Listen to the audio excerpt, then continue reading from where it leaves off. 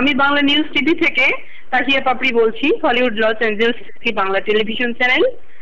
আমি এখন কথা বলবো গণেশ সংহতি আন্দোলনের সমন্বয়ক জোনায়েদ সাকির সাথে, যিনি ছাত্রজীবন থেকেই বামধারার রাজনীতিতে যুক্ত হন।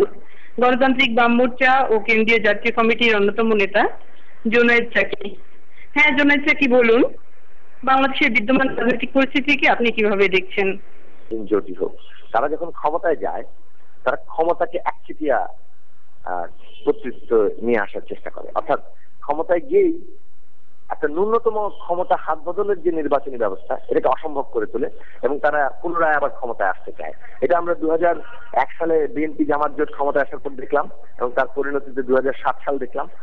এখনো আবার 2 বছর সামরিক সরকারের পরে বিএনপি আওয়ামী লীগকে একটু তাদেরকে যে একটু ইয়ে করে নিয়ে আসা হয়েছে, অর্থাৎ এক ধরনের পরিশোধিত করে আবার তাদেরকে ধুয়ে মুছে কিছুটা ক্ষমতায় নিয়ে আসার চেষ্টা করা হলো। তারপরেও কিন্তু তাদের ন্যূনতম শিক্ষা আমরা দেখলাম না।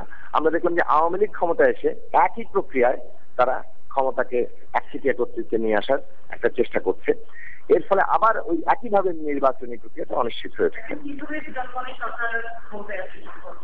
আসলে এই ধরনের একটা পরিস্থিতিতে যেটা আমরা আগেও দেখেছি যে সামরিক বাহিনী একটা হস্তক্ষেপ করছে, সিভিল সোসাইটিকে সাথে নিয়ে তারা একটা তত্ত্বাবধায়ক সরকারের মতো কিংবা একটা অনির্বাচিত সরকার কায়েম করছে। আজকে দুই দল যে পরিস্থিতি সৃষ্টি করেছে, তারা একদিকে পরিবারতন্ত্র কায়েম করে রাখছে, তার মধ্যে দিয়ে তারা ক্ষমতার একটা বিস্তৃত কাঠামো তৈরি করে। কিন্তু দেখা যায় যে যেহেতু তাদের চরিত্রটা হচ্ছে রাষ্ট্র ক্ষমতা কাজে লাগিয়ে কেবলমাত্র লুণ্ঠন, ফলে তারা ক্ষমতায় গেলেই ক্ষমতাকে আবার একচেটিয়াকরণ করার চেষ্টা করে। এই যে একটা স্ববিরোধিতা, এই যে একটা তাদের অন্তঃস্থ দ্বন্দ্ব, এটার ফলাফল হচ্ছে যে একটা অনিশ্চিত পরিস্থিতি এবং বারে বারে সামরিক বাহিনীর হস্তক্ষেপের সম্ভাবনা বৃদ্ধি পাওয়া। বাংলাদেশ এই পরিস্থিতির মধ্যে আছে। আমরা মনে করছি যে সামরিক বাহিনী সিভিল সোসাইটিকে সাথে নিয়ে অনির্বাচিত একটা সরকার কায়েম করে বাংলাদেশে এই সমস্যাগুলোর সমাধান করে দিবে, এটা অতীত যে ইতিহাস তা সাক্ষ্য দেয় না। ফলে সামরিক বাহিনী কিংবা সিভিল সোসাইটি তারা যদি হস্তক্ষেপ করেও এই নির্বাচন যদি দলের মধ্যে মীমাংসা না হয় এবং এখানে একটা ন্যূনতম গ্রহণযোগ্য নির্বাচন হওয়ার যে ব্যবস্থা সেটা যদি এখানে তৈরি না করা যায়, তাহলে দেখা যাবে সেই ধরনের হস্তক্ষেপ হয়তো হবে। আমরা এরকম একটা পরিস্থিতিতে আমরা যেটা মনে করি যে আমরা যে বর্তমান বিদলীয় বৃত্ত জনগণের গণতান্ত্রিক অধিকার দিতে সক্ষম না এবং এদের অন্তঃস্থ দ্বন্দ্বের ফলেই আজকে সিভিল সোসাইটিকে সাথে নিয়ে সামরিক বাহিনীর হস্তক্ষেপ সম্ভব। শাসক শ্রেণীর প্রধান দুই দলের অন্তঃস্থ বৈশিষ্ট্য হচ্ছে তারা একদিকে পরিবারতন্ত্র কায়েম করে তাদের ক্ষমতা নিরঙ্কুশ করেছে, এটা তাদের ক্ষমতা টিকিয়ে রাখতে তাদের সাহায্য। কিন্তু তারা যখন ক্ষমতায় যান, যেহেতু ক্ষমতায় গিয়ে রাষ্ট্র ক্ষমতা ব্যবহার করে লুণ্ঠনই তাদের একমাত্র, ফলে ক্ষমতায় গিয়ে তাদের মূল লক্ষ্য দাঁড়ায় ক্ষমতাকে কিভাবে মনোপলাইজ করা যাবে, একচেটিয়া কর্তৃত্বে নিয়ে আসা যাবে। এইখানে তারা ন্যূনতম গণতন্ত্র শিক্ষা করতে চায়। বিএনপি ক্ষমতা আসার পর আমরা দেখলাম যে তারা এটা করেছে এবং নির্বাচন অনিশ্চিত করে তুলেছিল। নির্বাচনী আর কিছুই আয়োজন করা সম্ভব হলো না। তার ফলে আমরা সামরিক বাহিনীর হস্তক্ষেপ দেখলাম। সামরিক বাহিনীর হস্তক্ষেপে সিভিল সরকার সামনে রেখে 2 বছরের দেখলাম এবং এই যুদ্ধ থেকে ফিরে মুছে আবার তাদের নির্বাচনী প্রক্রিয়ায় নিয়ে আসাও দেখলাম। আওয়ামী লীগ ক্ষমতায় আসলো এবং অনেকে আশা করেছিলেন বোধহয় যে এরা এখান থেকে শিক্ষা গ্রহণ করবেন এবং ক্ষমতা হাত বদলের ন্যূনতম যে একটা প্রক্রিয়া সেটা তারা বহাল রাখবে। কিন্তু আমরা দেখলাম যে আসলে এটা কাজ করলো না। আমাদের দল থেকে আমরা তখনই বলেছিলাম যে তাদের মূল যে চরিত্র হচ্ছে লুণ্ঠন, ফলে ক্ষমতায় গিয়ে তারা আবারও ক্ষমতা একচেটিয়া কর্তৃত্বে নিয়ে আসতে চেষ্টা করেন। আওয়ামী লীগ কোন কার্যক্রম দেখতে পেলাম না এবং 3 বছরের মধ্যেই তারা এমন সব উদ্যোগ গ্রহণ করেছে যার মধ্যে দিয়ে আবারও ক্ষমতা মোনোপলাইজ করা কিংবা একচেটিয়া কর্তৃত্বে নিয়ে আসার সমস্ত তৎপরতা এখন পরিষ্কার। বিএনপি বলতে চায় তারা তত্ত্বাবধায়ক সরকার নির্বাচনে যাবে না।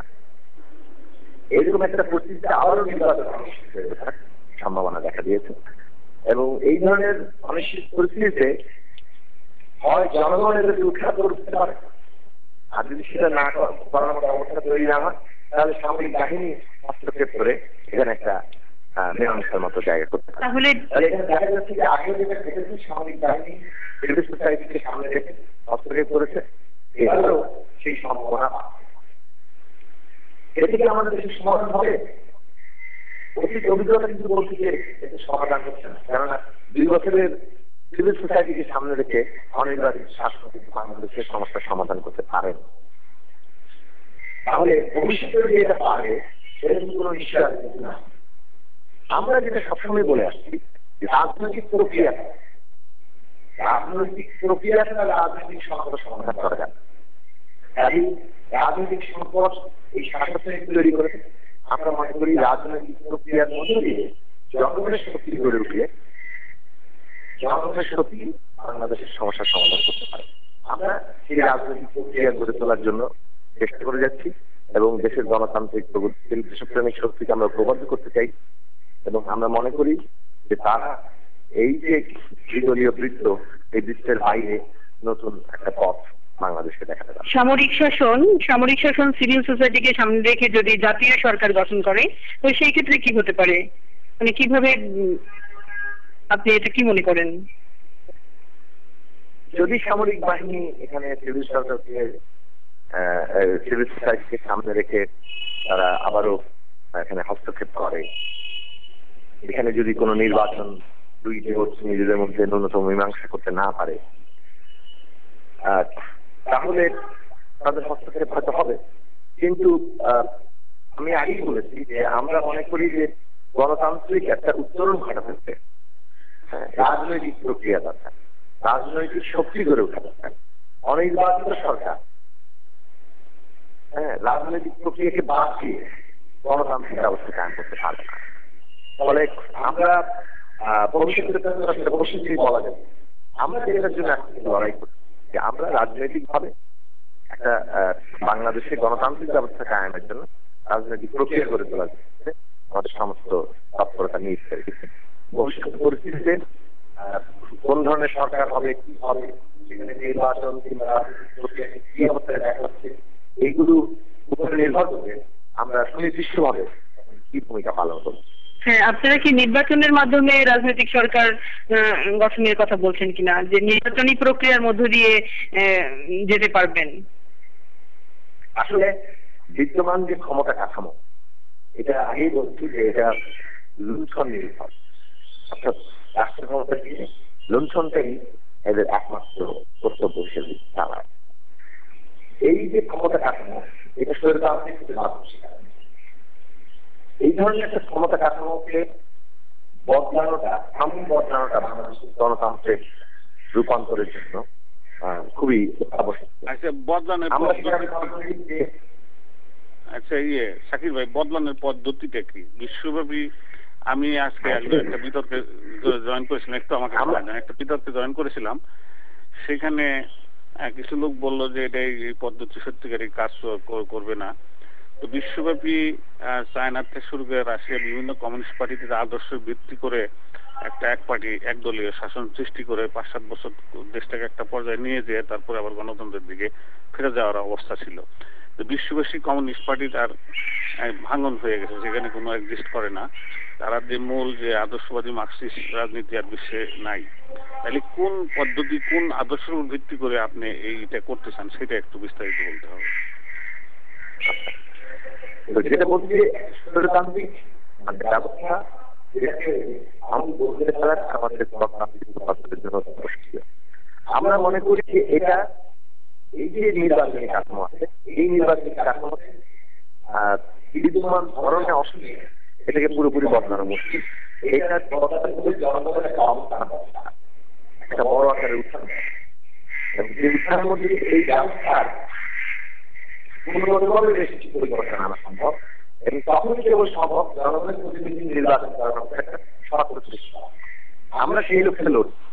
আমরা বর্তমান নির্বাচনে যদি অংশ নেই মূলত আসলে সেই ধরনের একটা অবস্থান, জনগণের সেই ধরনের একটা উত্থান তৈরি করার জন্য, যেটা এই স্বৈরতান্ত্রিক ব্যবস্থার মধ্যে গুণগত পরিবর্তন আনবে এবং তার মধ্যে জনগণের প্রতিনিধি সত্যিকার প্রতিনিধিদের নির্বাচিত হওয়ার একটা ব্যবস্থাটাকেও তারা প্রস্তুত করতে পারে। সেই সম্ভাবনা কত? প্রশ্ন করেছেন যে সমাজতন্ত্র কিংবা কমিউনিস্টদের যে অভিজ্ঞতা বিভিন্ন দেশে দেশে চায়না, রাশিয়া কিংবা অন্যান্য জায়গায় দেখা যাচ্ছে, আমরা কি ভালো করেছে থার্ড ওয়ার্ল্ড পর্যায় থেকে ফার্স্ট ওয়ার্ল্ড পর্যায়ে রাশিয়া নিয়ে আসতে পেরেছে, চায়না নিয়ে আসতে পেরেছে, তারপরে এখন তারা অন্য দিকে যাচ্ছে। হ্যাঁ, সেই ধরনের ভবিষ্যৎকে আমরা আবার একইভাবে আমরা দেখাচ্ছি। আমরা বলবো যে দেখুন, যে রাশিয়ার বিপ্লবের কি ভূমিকা হয়। রাশিয়া ইউরোপের সাথে পশ্চাৎপদ করেছে। রাশিয়া বিপ্লবের মধ্য দিয়ে কিন্তু কেবল একটা উন্নত দেশ হয়নি, পৃথিবীর অন্যতম শক্তিশালী রাষ্ট্রে পরিণত।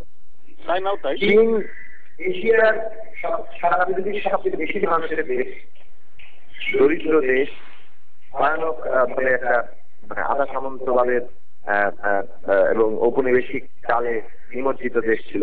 সেই দেশ আজকে ভয়াবহ একটা মানে উন্নতি করেছে এবং তারা পৃথিবীর অন্যতম শক্তিশালী দেশ। রাশিয়া এবং চীনের ক্ষেত্রে বিপ্লব রাশিয়া এবং চীনের ক্ষেত্রে উভয় ক্ষেত্রেই আপনি যদি মনে করেন যে সমাজতন্ত্রীরা যে ধরনের সমাজতান্ত্রিক সমাজ কথা বলে, যে প্রতিশ্রুতি দেয়, ইতিহারে মার্ক্স যে প্রতিশ্রুতি দিয়েছেন, সেটা যদি পরিপূর্ণভাবে কায়েম নাও হয়, অন্তত বলা যাবে যে গণতান্ত্রিক বিপ্লবটা রাশিয়া এবং চীন এবং অন্যান্য দেশে কিন্তু সম্পন্ন হয়েছে। তারা একটা পশ্চাৎপদ দেশ থেকে একটা উন্নত দেশে, সেখানে এখন মালিকানা সামাজিকরণ কিভাবে প্রতিষ্ঠিত হবে এই নিয়ে এখনো কিন্তু সংগ্রাম চলছে।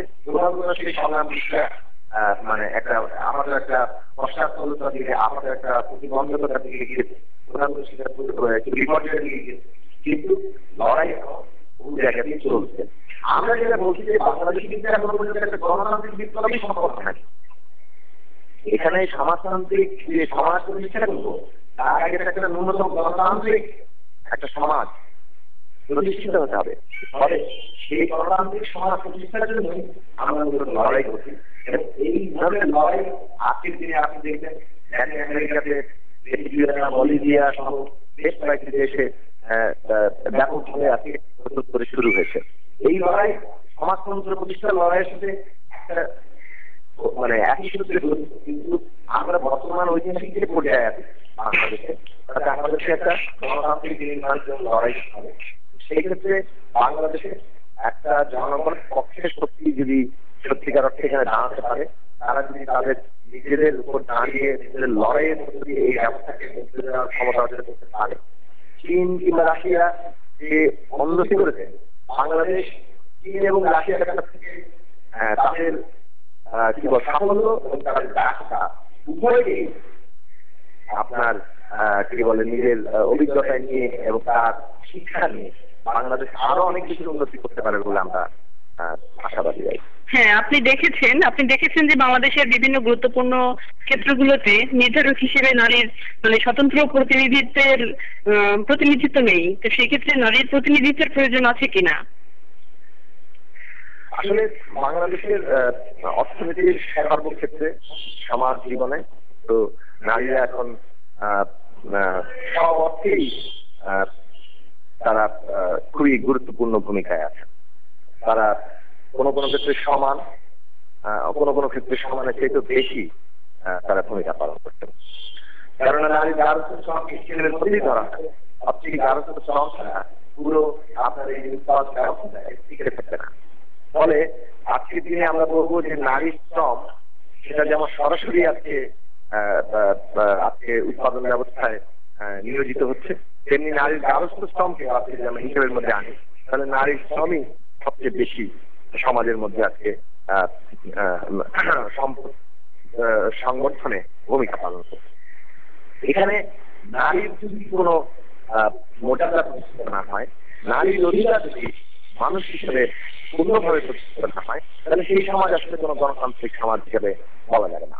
তাহলে আমরা মনে করি বাংলাদেশে এখন নারীরা অর্থনৈতিক ভাবে, সামাজিক দিক থেকে সব জায়গাতে তাদের যে বাস্তবিক সক্রিয়তা, তাতে বাংলাদেশের গণতান্ত্রিক রূপান্তরের একটা খুবই গুরুত্বপূর্ণ নারীর মুক্তি কেবল না, নারীর মানে রাজনৈতিক কাঠামোর মধ্যে নারীর প্রত্যক্ষ এবং মানে সক্রিয় এবং তার যে অর্থের সহায়তা করছি সেই অনুপাতে তার মানে তার সেই ব্যবস্থা